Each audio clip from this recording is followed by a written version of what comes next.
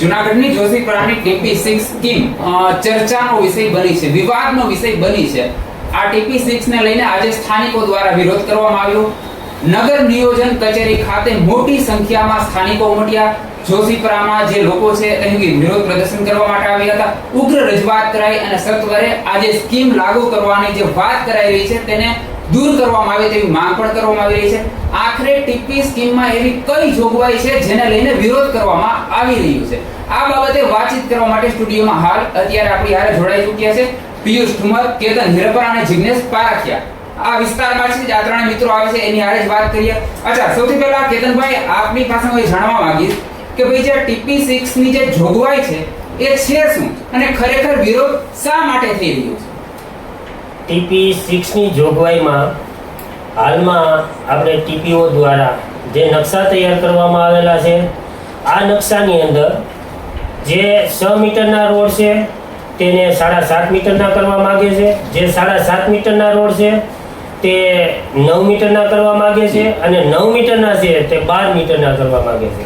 હવે જ્યાં પબ્લિક પ્રમાણે જે અત્યારે હાલના સ્થાનિક જે રોડ યથાવત છે તે રોડ પણ અત્યારે માનો કે વધે, જે રોડમાં કોઈ ટ્રાફિકની સમસ્યા નથી, જે રોડની અંદર કોઈ પણ ત્યાં દુર્ઘટના બને, કોઈ દબાણ કરે એવી કોઈ સ્થિતિ નથી, રોડ એકદમ ખુલ્લા છે। છતાં પણ આ ટીપી નંબર 6માં રસ્તા પહોળા કરવા માટે જે ટીપીઓ દ્વારા જે નોટિસો પાઠવવામાં આવી છે એમની અંદર હજારોની સંખ્યામાં મકાનો પાડીને આ ટીપી રોડ નીકળે એમ છે। તો અત્યારે અહીંયા સ્થાનિક જે મધ્યમ અને ગરીબ વર્ગ જ રહી છે, નોનસ્ટોપ વધારે પડતા આપણા રત્ન કલાકારો વધારે ત્યાં રહેવાસી છે।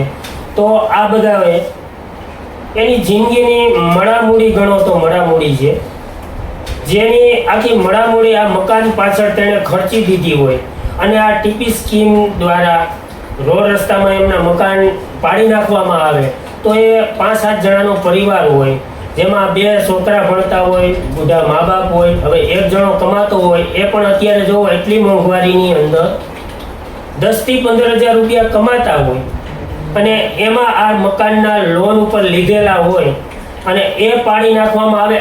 કેટલી હદે સરકારનો આવો નિર્ણય પહેલા નંબરમાં તો સ્થાનિક લોકોને જઈને પૂછવું પડે કે ભાઈ આટલા રોડ રસ્તા પૂરા કરવા છે, સ્થાનિક લોકોને આમાં કોઈ વિરોધ તો નથી ને? તો આવું કોઈ વસ્તુ જાણવામાં કે કોઈ ટીપીઓ દ્વારા અમારી પાસે કોઈ વસ્તુ પૂછવામાં આવી નથી। સીધો ટીપી નંબર 6 અને નકશા બધાને દાબી દીધા, નોટિસો દેવા માંડ્યા। તો પબ્લિકમાં આનો આક્રોશ બહુ હોય। તો અમારી સ્થાનિક હાલમાં મારી જ સોસાયટીની અંદર નોટિસો આવી, 2 જણાને દાખલ કરવા પડ્યા, હાઈ બીપી થઈ ગયું, અમારા મકાન પાડી નાખશે। સાથે સાથે મકાન તો પાડે છે, સાથે સાથે અત્યારે આપણે કેવો ચાર્જ, બેટરમેન્ટ ચાર્જ, જે બેટરમેન્ટ ચાર્જ જંગી એમ કહેવાય કે ભારે ભરખમ નાખી દીધો। મીટરે 937 રૂપિયા અમારી સોસાયટીમાં, 937 રૂપિયા, આજુબાજુની બધી સોસાયટીમાં અમુક જગ્યા 937,000 આસપાસ નાખી દીધેલો છે। તો આટલો જંગી અત્યારે આવી મોંઘવારીમાં એક તો 10-15,000 કમાતો હોય, લોનના હપ્તા ભરતો હોય અને એને અવડો મીટરે 937 એટલે 70-80 કે 100 વારનું મકાન હોય તો 70-80,000 કે 90,000 રૂપિયા ભરવાના થાય।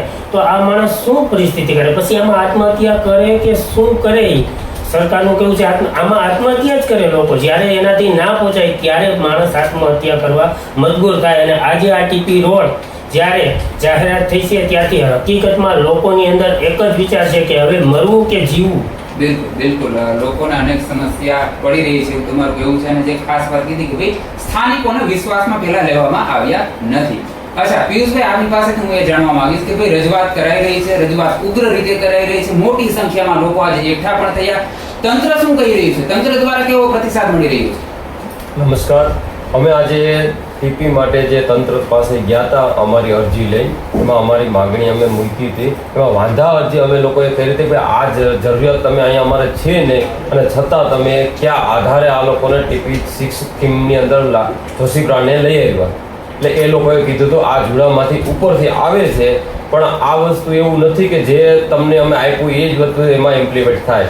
તો એમાં એપ્લાય કરવાથી વાત અલગ છે, પણ પબ્લિકની અંદર જ્યારે કોઈ દિવસ ઘરે ટપાલ બી ના આવતી હોય અને ગવર્મેન્ટમાંથી જ્યાં આવે જાય ડાયરેક્ટ નોટિસ એટલે ફફડાટ થાય છે. એટલે એ લોકો અત્યારે નોટિસ આવી ત્યારથી એક અઠવાડિયાથી આ કામ ધંધા સિવાય એને આ નોટિસ જ દેખાય છે. પોતાના કામ ધંધા ભૂલી ગયા નોટિસ પાછળ દોડ છે. હવે કેવી અરજી કરવી, કેવી રીતે કામ કરવું, એ 4-5 દિવસ પબ્લિકને ખબર પડી કે કેવી રીતે કરવું છે. એના માટેથી અમે ફોર્મો બનાવ્યો, અમે જાતે મહેનત કરી અને માર્કેટમાં અમે એને શેર કરી. ત્યારે પબ્લિકે બધા ભેગા થઈને અમે ફોર્મ ભર્યા અને કેમ્પ રાખીને ફોર્મ ભરીને અમે સાહેબને આપ્યા. એ લોકોએ સંતોષકારક જવાબ આપ્યો છે, પણ એમાં અત્યારે પ્રોબ્લેમ એ છે કે તાત્કાલિક આનું નિવારણ થાય એમ નથી અને અમને લોકોને આનું નિવારણ વહેલાસર થાય એના માટે અમે સરકારશ્રીને આવેદન આપેલું છે. તે જ્યાં નિમણૂક કરેલા અધિકારીશ્રી હતા એણે અમારો આજનો જે કંઈ હતો એ અમારો લઈ લીધી છે અરજી, અને એણે કીધું કે વહેલી તકે તમારાનો પ્રશ્નનો સોલ્વ થાય એના માટે અમે પ્રયત્ન કરીશું. પણ ક્યાં સુધીમાં તો બહુ સમય લાગશે. એ લોકો કીધું કે 1 મહિના દિવસની એમાં વાર લાગશે, મહિના દિવસ પછી અમે તમને પાછો જવાબ દેશું, પણ જે હશે એમાં ફેરબદલ કરી દેશું, તમારા મકાનને નુકસાન ના થાય એવો અમે સતત પ્રયત્ન કરશું. આવું અમને આજે જાણ કરેલી છે. અચ્છા, આશ્વાસન હાલ અત્યારે અપાઈ રહ્યું છે. અચ્છા જિગ્નેશભાઈ, આપની પાસેથી હું એ જાણવા માંગીશ કે ભાઈ જે વિરોધ છે, જે રજૂઆત કરાઈ રહી છે, તો પછી TP6 માં તમે લોકો માંગ શું કરી રહ્યા છો કે ભાઈ TP6 રદ થવી જોઈએ કે પછી પુનઃ વિચાર કરવો જોઈએ કે પછી આમાં કોઈ ફેરફાર થવો જોઈએ? જી પ્રતિકભાઈ, આમાં એવું છે કે ટીપી સ્કીમની અત્યારે જોશીપુરાના તમામ રહેવાસીઓની માંગણી એક જ છે કે ટીપી સ્કીમ રદ થવી જોઈએ. જી. એનું કારણ છે કે ફેરફાર કરશે તો કદાચ 900 ના છે તો 500 કરશે, પણ ભરવાના તો રહેવાના જ છે. બરાબર. તો પબ્લિકની માંગણી એવી છે કે અમારે કોઈ જાતનો ટેક્સ અત્યારે ભરવો ન, કારણ કે જ્યારે બિનખેતી થયું ત્યારે એ લોકોએ ભરેલા છે, ત્યાર પછી બાંધકામ મંજૂરી લીધી ત્યારે ભરેલા છે. માણસ જન્મે ત્યાંથી મરે ત્યાં સુધી ટેક્સ જ ભરે છે. બરાબર. એ ટેક્સના પૈસામાંથી રોડ રસ્તા ને બધું ડેવલપમેન્ટ થયેલું છે. તો હવે શેના માટે ઉઘરાવે છે? પહેલો પ્રશ્ન એ છે કે હવે પૈસા શેના માટે ઉઘરાવે છે? અને સાહેબને અમે પૂછ્યું, જો કે એના અધિકારીઓને અમુકને ખબર નથી કે ભાઈ આ પેલા બેટરમેન્ટ ચાર્જ છે ઈ શું છે. એટલે અમે એમને પૂછ્યું તો કે આ ફાળો છે. તો ફાળો છે બરાબર, તો એ ફાળો સ્વેચ્છાએ આપવાનો હોય, કોઈ જબરદસ્તી ન હોય. આ ફાળો નથી, એક જાતનું ઉઘરાણું છે લોકો માટે. બરાબર છે. એટલે એનો અમે સખત વિરોધ કરીએ છીએ. અને ટીપી સ્કીમ ખરેખર તો જે રહેણાંક વિસ્તાર છે એમાં હોવી જ ના જોઈએ. જે નવું ડેવલપમેન્ટ થાય એમાં કંઈ નવું વિચારે તો બરાબર છે. બરાબર. પણ અત્યારની પરિસ્થિતિ જે વર્ષોથી ત્યાં રહે છે, જેને બધી સુવિધાઓ અત્યારે ઓલરેડી મળી ચૂકેલી છે, ત્યાં રોડ રસ્તા છે, કારણ કે જે અત્યારે સરકાર પહેલાં તો બિનખેતી કરે ત્યારે જ એ લોકો આપી દે છે કે રોડ રસ્તા ને સ્ટ્રીટ લાઇટ ને ગટર તમારે કરીને આપવાની. બરાબર. તો ટીપી સ્કીમમાં લોકોને ફાયદો શું થાય છે એ મને જણાવો. લોકોને ફાયદો શું છે? ટીપી સ્કીમમાં જે બેટરમેન્ટ ચાર્જ ભરે તો એનો ફાયદો લોકોને વળતર તો પાછું મળવું જોઈએ ને. આ તો એક જ વસ્તુ છે કે ચાર્જ અમેરિકાનો, ટેક્સ અમેરિકાનો અને સુવિધા પાકિસ્તાનની. આ વસ્તુ આપવાની વાત છે. સુવિધાના નામે મીંડું આપે છે અને ચાર્જ મોટા મોટા વસૂલે છે. બરાબર. અત્યારે વેરામાં વધારો કરી દીધો છે, દર વર્ષે વધારો આવે જ છે. નવી આકારણી કરી, ચાલો એ તો લીગલી છે, હાલો આકારણી કરી, તમે વાપરો છો એટલાનો અમારે ટેક્સ ભરવાનો, પણ જ્યાં વધારો આપ્યો છે એ અસહ્ય છે. એના ઉપર અમારી પાછી કોર્પોરેશન પાસે માંગણી છે કે જો તમે એમ કહેતા હોય કે અમે તમારી સાથે છીએ, બરાબર, તો કોર્પોરેશનમાંથી અમે એક ઠરાવ માંગીએ છીએ કે ભાઈ તમે પણ જુનાગઢ જોશીપુરાની જનતા વતી એક સરકારશ્રીને ઠરાવ કરીને મોકલો કે 6 નંબરની ટીપી સ્કીમ સંપૂર્ણપણે રદ કરવામાં આવે.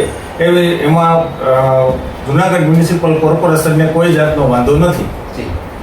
બિલકુલ. તંત્ર દ્વારા એક સ્પષ્ટતા અહીં અપાઈ એ રહી છે કે ભાઈ જે બેટરમેન્ટ ચાર્જની વાત આવે છે તો સ્પષ્ટતા એ કરાઈ રહી છે કે ભાઈ આ ચાર્જ હાલ લગાડવામાં નહીં આવે. જ્યારે પાયાની સુવિધા નવી ઉમેરાશે ત્યારબાદ જ આ ચાર્જ લગાડવામાં આવશે તેવી સફાઈના સ્પષ્ટતા હાલ જો કે કરાઈ રહી છે. અચ્છા કેતનભાઈ, આપની પાસે હું એ જાણવા માંગીશ કે જો તંત્ર દ્વારા તમારી માંગ સ્વીકારવામાં ન આવે તો પછી હવે પછીનું પગલું કેવું રહેશે તમારું?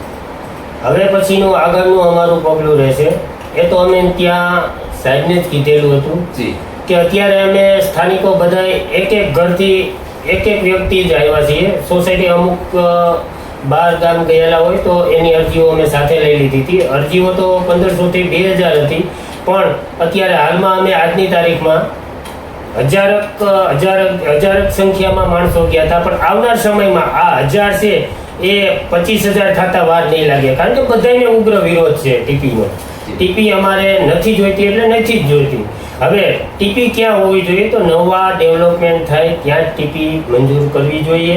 હાલમાં જે સ્થાનિક 100% બાંધકામ થઈ ગયું ત્યાં ટીપીની શું જરૂરિયાત છે, અને જો તમારે ટીપી લઈ આવી જ હતી તો તમારે પહેલેથી 40% રિઝર્વ પ્લોટિંગ રાખવા જરૂરી હતા. કારણ કે હાલમાં અત્યારે જે તે સમયે તમે 40% જે રિઝર્વ પ્લોટ હોય તે અત્યારે ચાલુ સરકારે તમે વેચી દીધેલા હોય અને એની ઉપર તમે બાંધકામ કરી દીધેલા હોય, અને હવે હાલમાં તમે એમ કહો કે આ જે સ્થાનિક છે એ પાડી નાખવા, એ બિલ્ડરોએ તો આમ પબ્લિકને વેચી નાખ્યા છે.